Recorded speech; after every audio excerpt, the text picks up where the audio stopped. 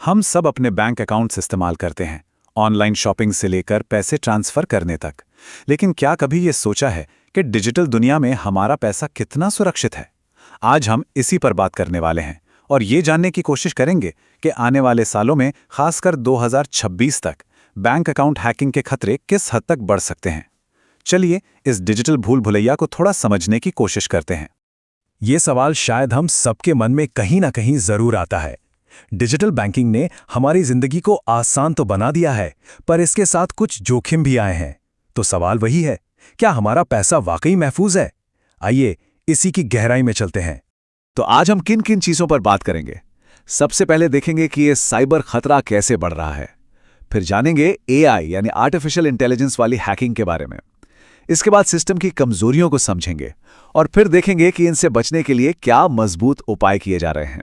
और आखिर में सबसे जरूरी, हम अपनी तरफ से क्या कर सकते हैं। तो चलिए शुरू करते हैं पहले पॉइंट से। देखिए, अब साइबर खतरा वो नहीं रहा जो पहले हुआ करता था, कोई छोटा मोटा फ्रॉड या घोटाला नहीं। ये अब एक पूरा डिजिटल युद्ध का मैदान बन चुका है, जहां हैकर्स बहुत ऑर्गेनाइज्ड हैं और उनके तरीके पहले से कहीं ज्यादा खतरनाक हो गए हैं। अब आते हैं उस टेक्नोलॉजी पर जो इस पूरे खेल का नक्शा ही बदल रही है, और वो है आर्टिफिशियल इंटेलिजेंस यानी एआई। हैकर्स अब एआई का इस्तेमाल कर रहे हैं और यकीन मानिए, इससे उनके हमले इतने असली और इतने सटीक हो गए हैं कि उन्हें पहचान पाना लगभग नामुमकिन सा हो गया है। तो ये एआई करता क्या है? ये इन हमलों को बहुत बहुत ज़्यादा पर्सनल बना देता है।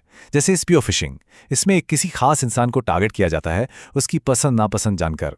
व्हेल अटैक में कंपनी के बड़े बड़े अधिकारियों को निशाना बनाया जाता है। और बिजनेस ईमेल कॉम्प्रोमाइज में तो कर्मचारियों को ऐसा धोखा दिया जाता है कि वो खुद ही कंपनी के पैसे गलत अकाउंट में ट्रांसफर कर देते हैं। ये इतने असली लगते हैं कि अच्छे अच्छे सुरक्षा सिस्टम भी धोखा खा जाते हैं। और फिर आती है डीप फेक टेक्नोलॉजी।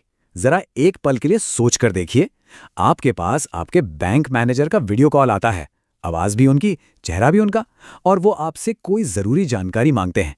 कोई भी भरोसा कर लेगा ना, लेकिन असल में वो एक एआई से बनाया गया नकली वीडियो हो सकता है। ये तकनीक हैकर्स को किसी की भी पहचान चुराने की ताकत देती है, जिससे कोई भी सुरक्षा घेरा तोड़ना बच्चों का खेल बन जाता है। तो हैकर्स सिर्फ स्मार्ट ही नहीं हो रहे हैं, वो उन कमजोरियों का भी फायदा उठा रहे हैं जो बैंकों के अपने डिजिटल सिस्टम में पहले से मौजूद हैं। मतलब वो डिजिटल किले में दरारें ढूंढ रहे हैं। देखिए, प्रॉब्लम की जड़ अक्सर पुराने आउटडेटेड सिस्टम होते हैं। कई बैंक्स आज भी ऐसी टेक्नोलॉजी पर चल रहे हैं जिनमें सिक्योरिटी की बहुत बड़ी बड़ी खामियां हैं, जिन्हें ठीक नहीं किया गया। वहीं दूसरी तरफ जो मॉडर्न सिस्टम्स हैं, उनमें ऑटोमेटिक सिक्योरिटी अपडेट्स और बेहद मजबूत डेटा एन्क्रिप्शन होता है, जो उन्हें कहीं ज्यादा सेफ बनाता है। एक और बहुत बड़ा खतरा है सप्लाई चेन अटैक। इसका मतलब समझिए, हैकर्स सीधे बैंक पर हमला नहीं करते, बल्कि वो बैंक के किसी सॉफ्टवेयर पार्टनर या वेंडर को निशाना बनाते हैं। और अगर वो एक वेंडर हैक हो गया, तो उसके जरिए वो उन सभी बैंकों में घुस सकते हैं जो उसकी सर्विस इस्तेमाल करते हैं। ये बिल्कुल एक तीर से कई शिकार करने जैसा है। और ये सिर्फ कोई थियरी नहीं है, ये असल में हुआ है। मूविट नाम के एक वेंडर पर हुए हमले की वजह से फ्लैगस्टार बैंक के 8,37,000 कस्टमर्स का डेटा खतरे में पड़ गया था। ये आंकड़ा दिखाता है कि बस एक कमजोर कड़ी कितनी बड़ी तबाही ला सकती है। आजकल सब कुछ क्लाउड पर जा रहा है ना, बैंक भी अपनी सेवाएं क्लाउड पर ले जा रहे हैं। लेकिन अगर क्लाउड का सेटअप, उसकी कॉन्फ़िगरेशन में जरा सी भी चूक हो जाए, तो ये एक खुला दरवाजा बन जाता है जहां से कोई भी अंदर आ सकता है। एक छोटी सी गलती से करोड़ों लोगों का डेटा लीक हो सकता है। और इसका सबसे बड़ा और शायद सबसे डरावना उदाहरण है कैपिटल वन ब्रीच। सिर्फ एक क्लाउड मिसकॉन्फ़िगरेशन की वजह से 10 करोड़, जी हां, 10 करोड़ लोगों का पर्सनल रिकॉर्ड लीक हो गया था। ये नंबर हमें बताते हैं कि ये खतरा कितना गंभीर है। इतने सारे खतरों के बारे में सुनकर शायद थोड़ा डर लग रहा होगा। दिमाग में यही सवाल आता है कि तो फिर हम कर क्या सकते हैं? क्या इनसे बचने का कोई रास्ता है भी या नहीं? तो इसका जवाब है हाँ, बिल्कुल है। और अब हम समाधान की ही बात करेंगे।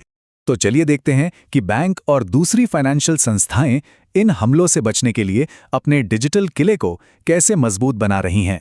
ये सिर्फ एक दीवार बनाने जैसा नहीं है, बल्कि ये एक मल्टी लेयर डिफेंस स्ट्रैटेजी है।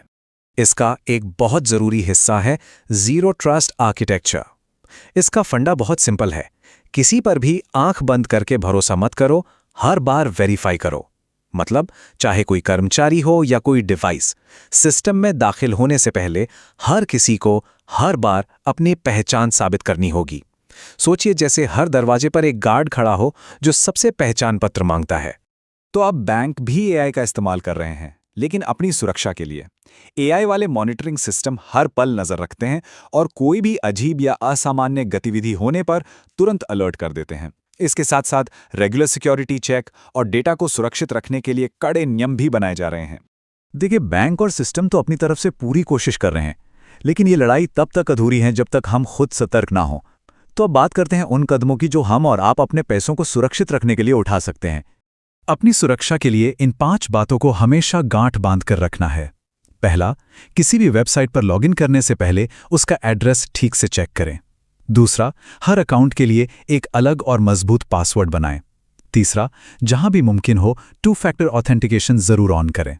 चौथा, किसी भी अनजान या संदिग्ध ईमेल और मैसेज से सावधान रहें। और पांचवां, डीप फेक जैसी नई तकनीकों के बारे में जानकारी रखें और जागरूक रहें। ये जो बात कही गई है वो असल में पूरे डिस्कशन का निचोड़ है।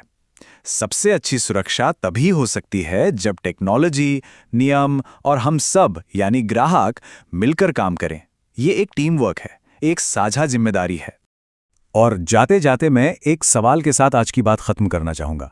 ये एक डिजिटल हथियारों की दौड़ जैसी है। जैसे जैसे सुरक्षा के तरीके बेहतर होते हैं, हैकर्स और भी ज्यादा चालाक तरीके निकाल लेते हैं। तो सवाल ये है कि क्या इस दौड़ में सुरक्षा कभी सच में जीत पाएगी, या हमें हमेशा चोर पुलिस के इस खेल में एक कदम आगे रहने के लिए लगातार सतर्क रहना होगा? इस पर सोचिएगा जरूर।